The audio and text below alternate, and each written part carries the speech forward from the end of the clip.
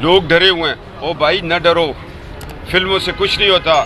ہر ایک شخص کی زندگی میں کہیں نہ کہیں فلم بنی ہوئی ہے.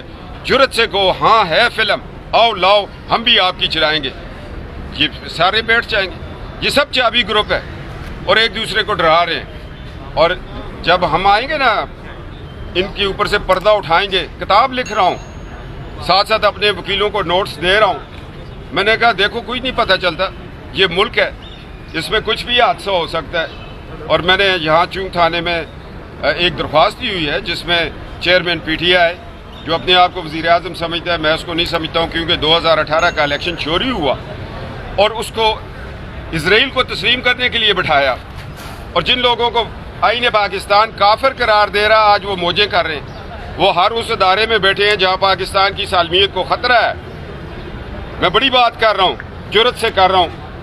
آپ اس دن کہتے تھے آپ ڈرتے نہیں ہیں. جو اللہ سے ڈرتا ہے وہ پھر کسی سے نہیں ڈرتا. ہاتھ میں صفائی ہے, جہاں کیسز چل رہے ہیں نیب پہ چل رہے ہیں. مگر مجھے پتہ ہے یار, ہم رزق حلال والوں کی اولاد ہیں, رزق حلال ہے.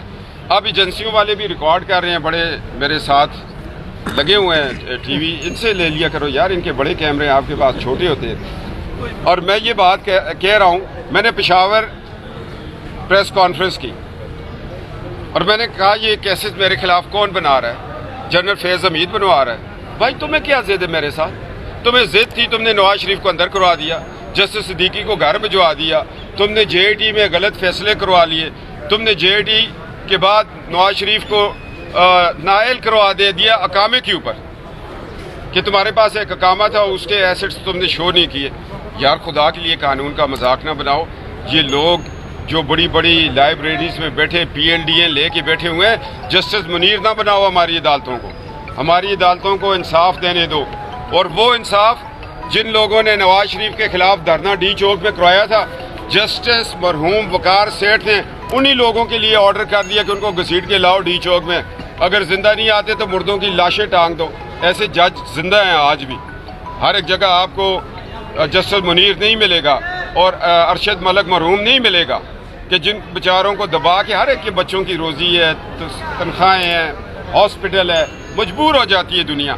مگر خدا کا خوف کرو, لوگوں کی بیٹیوں کے دروازے نہ توڑا کرو.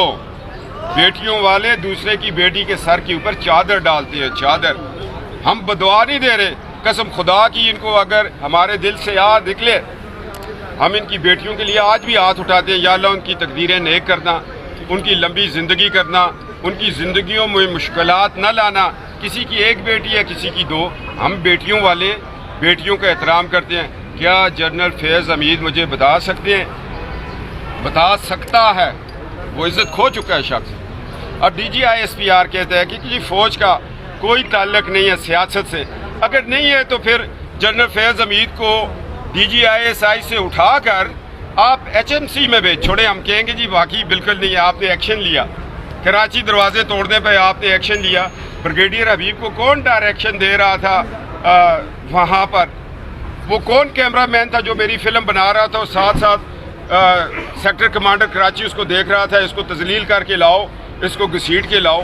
اور بھائی ہم پاکستان کے لیے مادر ملت گھسیٹی گئی ہے تو ہم کیا چیز ہے, ہم بھی گھسیٹے جائیں گے انشاءاللہ. یہ میرے سوال ہیں. مجھے جنرل فیض حمید بتائے میرا دروازہ کس نے توڑا تھا؟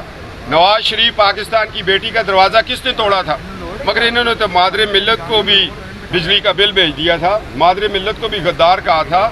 انہوں نے تو ہر اس پاکستانی کو غدار کہا جو آئین کی بات کرتا تھا, جو جمہوریت کی بات کرتا تھا. آج ایوب خان کے خلاف کوئی بات کرے, آج مشرف کے خلاف بات کرے تو وہ غدار کر لائے گا. ہم تو آئین کی بالادستی چاہتے ہیں, ہم تو پاکستان کو آگے جاتا ہوا دیکھنا چاہتے ہیں. ہم تو کشمیر کے مسلمانوں کے ساتھ کھڑے ہیں, فلسطین کے مسلمانوں کے ساتھ کھڑے ہیں. ہم اسرائیل کو تسلیم نہیں کر سکتے, ہم انڈیا سے ڈکٹیشن نہیں لے سکتے. آج مجھے بتایا جائے 73 سال سے جس کشمیر کے لیے ہم نے پیٹ کاٹا, ہم 8ویں طاقت ہیں, ہم گھٹنے کیوں ٹیک چکے ہیں؟ بھائی صاحب یہ سوال جب پوچھتے ہیں تو غدار ٹھہر جاتے ہیں.